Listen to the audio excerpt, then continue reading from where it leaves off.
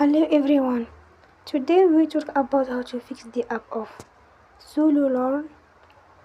We will go to settings. Then we click on apps. After that you will search the app of Sololearn.